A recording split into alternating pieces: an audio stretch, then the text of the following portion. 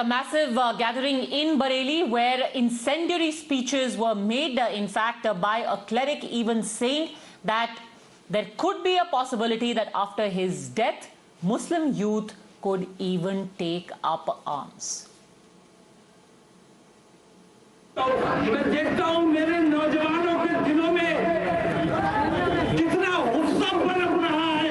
मैं डरता हूं उस वक्त से जिस दिन मेरे नौजवान ये गुस्सा फूल पड़ा, जिस दिन मेरा नौजवान मेरे कंट्रोल से बाहर आ गया, जिस दिन मेरा कंट्रोल इन नौजवानों पर से खत्म हो गया।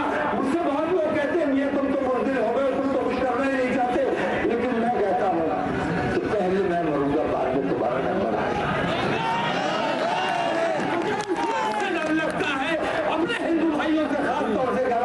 मुझे उस वक्त से डर लगता है जिस दिन मेरा ये नौजवान कानून अपने हाथ में ले लेगा। हाँ, वीडियो हो गई कंप्लीट हो गई। जिस दिन ये नौजवान कानून हो गया और कानून अपने हाथ में लेने पर मजबूर हो गया तो तुम्हें हिंदुस्तान में कहीं पनाह नहीं मिलेगी।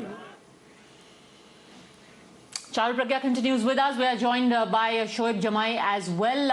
Shoaib Jamai, how is this okay? Is this not hate speech for everyone who had a problem with what happened in Haridwar? And rightly so, those people have been booked. Should this man not be booked? Yes, it's highly condemnable, and I never support the violence, and no one can justify the violence and taking up the weapons. जब हरिद्वार में लोगों ने कहा कि हिंदू बच्चे कलम copy छोड़ करके हथियार उठा लें, तब हमने मीडिया में प्रेस कॉन्फ्रेंस करके कहा कि मुसलमान बच्चे जो हैं वो कलम कॉपी उठाएंगे, doctor, scientist, engineer, IAS IPS बनेंगे और दुनिया को दिखा देंगे कि हुकूमत कैसे तो ठीक है सर, हमने ये कहा। हम नहीं कहते, आप प्लीज PIL जरूर कीजिए कि ये एक सेकंड कि मौलाना तौकीर के खिलाफ भी FIR होनी चाहिए। You agree that this is hate speech, right? ये भारत कॉन्स्टिट्यूशन से चलता है और हमारा देश पिनल कोड के थ्रू चलता है। अगर इसमें प्रथम दृष्टया ये लगता है कि उन्होंने उकसाने का काम किया है, वायलेंस को जस्टिफाई करने का काम किया है, तो यकीनन जो है यहाँ से कानूनी कार्रवाई होनी चाहिए।